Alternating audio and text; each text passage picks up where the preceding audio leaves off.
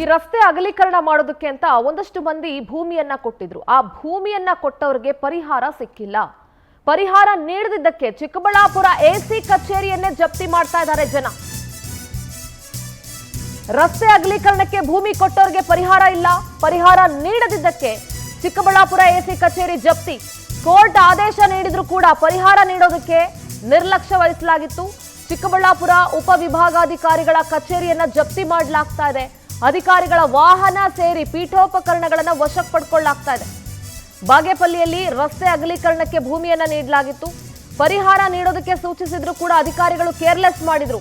ಕೂಲಿ ಕಾರ್ಮಿಕರು ಪೀಠೋಪಕರಣಗಳು, ಚೇರ್ಗಳು ಎಲ್ಲವನ್ನ ಕೂಡ ಜಪ್ತಿ ಮಾಡ್ತಾ ಇದ್ದಾರೆ. 2006ರಲ್ಲಿ ರಸ್ತೆ ವಿಸ್ತರಣೆಗೆ ಆದೇಶ ನೀಡಲಾಗಿತ್ತು. 2009ರಲ್ಲಿ ರಸ್ತೆ ಅಗಲೀಕರಣನೂ ಆಗಿತ್ತು. 394 ಸಂತ್ರಸ್ತರಿಗೆ 12.5 ಕೋಟಿ ಪರಿಹಾರಕ್ಕೆ ಕೋರ್ಟ್ ಸೂಚನೆಯನ್ನ ಕೊಟ್ಟಿತ್ತು. ಆದರೆ ಇದುವರೆಗೂ ಕೂಡ ಪರಿಹಾರದ ಹಣವನ್ನ ನೀಡಿಲ್ಲ. ಹಾಗಾಗಿ ಅಲ್ಲಿನ ಕೂಲಿ ಕಾರ್ಮಿಕರು, ಅಧಿಕಾರಿಗಳ ವಾಹನ ಸೇರಿದಂತೆ ಚಿಕ್ಕಬಳ್ಳಾಪುರ ಉಪವಿಭಾಗಾಧಿಕಾರಿಗಳ ಕಚೇರಿಯ ಪೀಠೋಪಕರಣಗಳನ್ನ ಜಪ್ತಿ ಮಾಡ್ತಾ ಇದ್ದಾರೆ. ಏನನ್ನು ಬಿಟ್ಟಿಲ್ಲ. ಕಂಪ್ಯೂಟರ್, ಚೇರು ಎಲ್ಲವನ್ನ ಕೂಡ ಎತ್ಕೊಂಡು ಹೋಗ್ತಾ ಇದ್ದಾರೆ. ಹಂಗೆ ಮಾಡ್ಬೇಕು. ಯಾಕಂದ್ರೆ ಕೋರ್ಟ್ ಆದೇಶ ನೀಡಿದ್ರು ಕೂಡ ಪರಿಹಾರ ನೀಡೋದಕ್ಕೆ ನಿರ್ಲಕ್ಷ್ಯ ವಹಿಸಿದ್ರೆ ಪಾಪ ಅವ್ರೇನು ಮಾಡ್ತಾರೆ? ಭೂಮಿ ಕೊಟ್ಟವ್ರು ಎಲ್ಲಿಗೆ ಹೋಗ್ಬೇಕು ನೋಡಿ. ಪವರ್ ಟಿವಿಯಲ್ಲಿ ಎಕ್ಸ್ಕ್ಲೂಸಿವ್ ವಿಜುವಲ್ಸ್ ಅನ್ನ ಗಮನಿಸ್ತಾ ಇದ್ದೀರಿ. 2006ರಲ್ಲಿ ರಸ್ತೆ ವಿಸ್ತರಣೆ ಮಾಡಬೇಕು ಅಂತ ಆದೇಶ ಆಗುತ್ತೆ. 2009ರಲ್ಲಿ ಅಗಲೀಕರಣ ಮಾಡ್ತಾರೆ. 394 ಸಂತ್ರಸ್ತರಿಗೆ 12.5 ಕೋಟಿ ರೂಪಾಯಿ ಪರಿಹಾರಕ್ಕೆ ಕೋರ್ಟ್ ಸೂಚನೆ ಕೊಡುತ್ತೆ. ಕೊಡ್ರಪ್ಪ ಇಷ್ಟು ಒಂದು ಪರಿಹಾರನ ಅಂತ ಹೇಳಿ. ಆದರೆ ಕೋರ್ಟ್ ಸೂಚನೆ ಕೊಟ್ಟರು ಕೂಡ ಅಷ್ಟು ಕೇರ್ಲೆಸ್ ಮಾಡಿ ಮಾಡ್ತಾರೆ, ಪರಿಹಾರವನ್ನ ಕೊಡೋದಿಲ್ಲ. ಅಲ್ಲಿನ ಕೂಲಿ ಕಾರ್ಮಿಕರು, ಜನ ನೋಡಿ, ಅಂದ್ರೆ ಭೂಮಿ ಕೊಟ್ಟವರು ಎಸಿ ಕಚೇರಿಯನ್ನ ಜಪ್ತಿ ಮಾಡ್ತಾ ಇದ್ದಾರೆ. ಕಂಪ್ಯೂಟರ್, ಟೇಬಲ್ ಏನೇನ್ ಕೈಗೆ ಸಿಗುತ್ತೋ ಎಲ್ಲವನ್ನ ಕೂಡ ತಗೊಂಡು ಹೋಗ್ತಾ ಇದ್ದಾರೆ.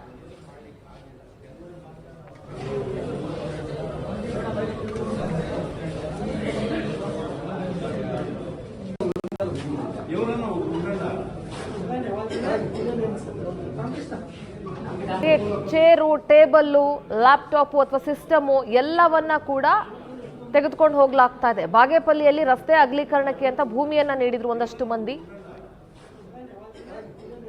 ಭೂಮಿ ನೀಡಿದವರಿಗೆ ಪರಿಹಾರ ಕೊಟ್ಟಿಲ್ಲ.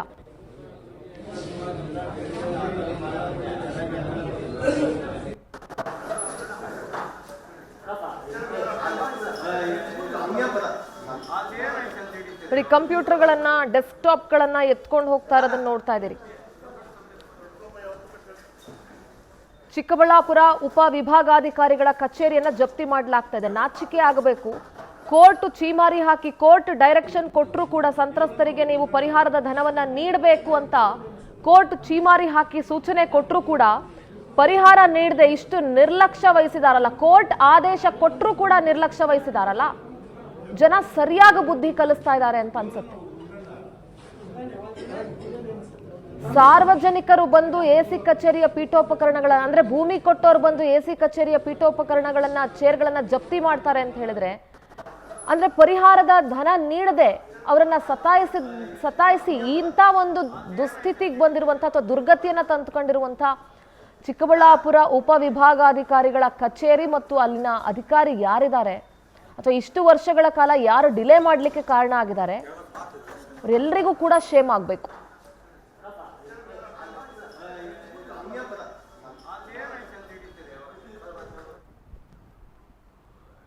ನಮ್ಮ ಚಿಕ್ಕಬಳ್ಳಾಪುರ ಪ್ರತಿನಿಧಿ ಮಲ್ಲಪ್ಪ ದೂರವಾಣಿ ಸಂಪರ್ಕದಲ್ಲಿ ಜಾಯ್ನ್ ಆಗ್ತಾ ಇದ್ದಾರೆ. ಮಲ್ಲಪ್ಪ, 2009ರಲ್ಲೇ ರಸ್ತೆ ಅಗಲೀಕರಣ ಆಗುತ್ತೆ. ಕೋರ್ಟ್ ಕೂಡ ಸೂಚನೆ ಕೊಡುತ್ತೆ 12.5 ಕೋಟಿ ನೀವು ಪರಿಹಾರದ ಧನವನ್ನ ನೀಡಬೇಕು ಅಂತ. ಅದಾದ್ರೂ ಕೂಡ ಪರಿಹಾರವನ್ನ ನೀಡದೆ ನಿರ್ಲಕ್ಷ್ಯ ವಹಿಸಲಾಯಿತು. ಈಗ ನೋಡಿದ್ರೆ ಪೀಠೋಪಕರಣಗಳ ಜಪ್ತಿ ಮಾಡಲಾಗ್ತಾ ಇದೆ. ಸದ್ಯದ ಅಪ್ಡೇಟ್ಸ್ ಏನಿದೆ, ಏನಾಗ್ತಾ ಇದೆ, ಅಲ್ಲಿನ ಉಪವಿಭಾಗಾಧಿಕಾರಿ ಏನ್ ಹೇಳ್ತಾ ಇದ್ದಾರೆ? ಸಿಂಧೂರ್, ಏನಂದ್ರೆ 2006ರಲ್ಲಿ ಬಾಗೇಪಲ್ಲಿ ಪಟ್ಟಣದ ಮುಖ್ಯ ರಸ್ತೆ ಡಿವಿಜಿ ರಸ್ತೆಯನ್ನು ಅಗಲೀಕರಣಕ್ಕೆ ಸರ್ಕಾರ ಮುಂದಾಗುತ್ತೆ. ಈ ಸಮಯದಲ್ಲಿ ಆದೇಶ ಆಗಿ ಮತ್ತೆ 2009ರಲ್ಲಿ ಅಗಲೀಕರಣ ಮಾಡ್ತಾರೆ. ಅಗಲೀಕರಣ ಸಮಯದಲ್ಲಿ 394 ಮಂದಿ ತಮ್ಮ ಒಂದು ಆಸ್ತಿಯನ್ನ ಕಳ್ಕೊಂತಾರೆ. ಆ ಕಳ್ಕೊಂಡ ಬಳಿಕ 32 ಜನ ಮಾತ್ರ ಕೋರ್ಟ್ ಮೊರೆ ಹೋಗ್ತಾರೆ. ಏನಂದ್ರೆ ಅವರು ಆರಂಭದಲ್ಲಿ 240 ರೂಪಾಯಿ ಮಾತ್ರ ಚದರ ಅಡಿಗೆ ಫಿಕ್ಸ್ ಮಾಡಿರ್ತಾರೆ. ಅದು ಆ ಸಮಯದಲ್ಲಿ 4,000 ರೂಪಾಯಿ ಇರುತ್ತೆ ಚದರ ಅಡಿಗೆ ರಸ್ತೆಯಲ್ಲಿ. ಹಂಗಾಗಿ ನಮಗೆ ನೀವು ಕೊಡ್ತಾ ಇರೋಂಥ ಸರ್ಕಾರ ಕೊಡ್ತಾ ಇರೋಂಥ ಒಂದು ಪರಿಹಾರದನ್ನ ನಮ್ಗೆ ಸಾಕಾಗೋದಿಲ್ಲ ಅಂತ ಹೇಳ್ಬಿಟ್ಟು 34 ಜನ ಕೋರ್ಟ್ ಮೊರೆ ಹೋಗ್ತಾರೆ. ಉಳಿದವರು ಪರಿಹಾರ ತಗೊಳ್ತಾರೆ, ಸರ್ಕಾರ ಪರಿಹಾರ ತಗೊಳ್ತಾರೆ. ಆದ್ರೆ ಕೋರ್ಟ್ ಒಂದು 15 ವರ್ಷಗಳ ಕಾಲ ಒಂದು ವಿಚಾರಣೆ ನಡೆಸಿದ ಬಳಿಕ 890 ರೂಪಾಯಿ ಚದರ ಅಡಿಗೆ ಫಿಕ್ಸ್ ಮಾಡಿ ಆರೋಪದಲ್ಲಿ 12.5 ಕೋಟಿ ರೂಪಾಯಿನ ಸಂತ್ರಸ್ತರಿಗೆ ಪರಿಹಾರ ಕೊಡ್ಬೇಕಂತ ಹೇಳ್ಬಿಟ್ಟು ಸೂಚನೆ ಕೊಡುತ್ತೆ. ಇದರಲ್ಲಿ ಪ್ರಮುಖವಾಗಿ ಲೋಪ ಏನಂದ್ರೆ ಲೋಕೋಪಯೋಗಿ ಇಲಾಖೆಯ ಒಂದು ಅಧಿಕಾರಿಗಳ ನಿರ್ಲಕ್ಷ್ಯ ಅಂತ ಹೇಳ್ಬೇಕಾದ್ರೆ ಲೋಕೋಪಯೋಗಿ ಇಲಾಖೆ ಅಧಿಕಾರಿಗಳು ಒಂದು ರಸ್ತೆ ಅಗಲೀಕರಣ ಮಾಡುವಂತ ಸಮಯದಲ್ಲಿ ಅವರು ಸೂಕ್ತ ಪರಿಹಾರ ಕ್ರಮಗಳನ್ನು ಕೈಗೊಳ್ಳಬೇಕಾಗಿತ್ತು. ಆದ್ರೆ ಅವ್ರು ನಿರ್ಲಕ್ಷ್ಯ ತೋರಿದ್ದು ಮತ್ತೆ ಬಳಿಕ ಒಂದು ಸರ್ಕಾರದ ಸೂಚನೆಗಳು ಮತ್ತೆ ಕೋರ್ಟ್ನ ಒಂದು ಸೂಚನೆಗಳನ್ನ ಪಾಲಿಸುವಲ್ಲಿ ಲೋಕೋಪಯೋಗಿ ಇಲಾಖೆ ಅಧಿಕಾರಿಗಳು ನಿರ್ಲಕ್ಷ್ಯ ವಹಿಸಿದ್ರು ಅಂತ ಹೇಳುವುದು. ಪ್ರಮುಖವಾಗಿ ಅಂದ್ರೆ ರಸ್ತೆ ಅಗಲೀಕರಣದ ಏನು ಉಸ್ತುವಾರಿ ಅಂದ್ರೆ ಜವಾಬ್ದಾರಿ ಹೊತ್ತಂತದ್ದು ಎಸಿ ಕಚೇರಿ ವಿಭಾಗಾಧಿಕಾರಿಗಳು. ಹಂಗಾಗಿ ಇವತ್ತು ಕೋರ್ಟು ಎಸಿ ಕಚೇರಿನ ಜಪ್ತಿ ಮಾಡಿ ಅಂತ ಹೇಳ್ಬಿಟ್ಟು ಒಂದು ಆದೇಶ ಕೊಟ್ಟಿದೆ. ಆ ಒಂದು ಹಿನ್ನೆಲೆಯಲ್ಲಿ ಏನು ಸಂತ್ರಸ್ತರು ಏನಿದ್ರೆ ಅವರೆಲ್ಲ ಬಂದು ಕಚೇರಿಯಲ್ಲಿ ಇರುವಂತಹ ಒಂದು ಪೀಠ ಉಪಕರಣಗಳು ಮತ್ತೆ ಲ್ಯಾಪ್ಟಾಪ್, ಕಂಪ್ಯೂಟರ್ ಇನ್ನಿತರ ಒಂದು ಉಪಕರಣಗಳನ್ನ ಜಪ್ತಿ ಮಾಡಿಕೊಂಡು ಒಂದು ಕೋರ್ಟ್ನ ಆದೇಶವನ್ನು ಪಾಲಿಸ್ತಾ ಇದ್ದಾನೆ ಅಂತ ಹೇಳ್ಬೋದು. ಈ ಹಿನ್ನೆಲೆಯಲ್ಲಿ ಇದು ಒಂದು ರೀತಿಯಲ್ಲಿ ಒಂದು ಇಲಾಖೆಗೆ ಒಂಥರ ಮುಜುಗರ ಆಗಿದೆ ಅಂತ ಹೇಳ್ಬೋದು.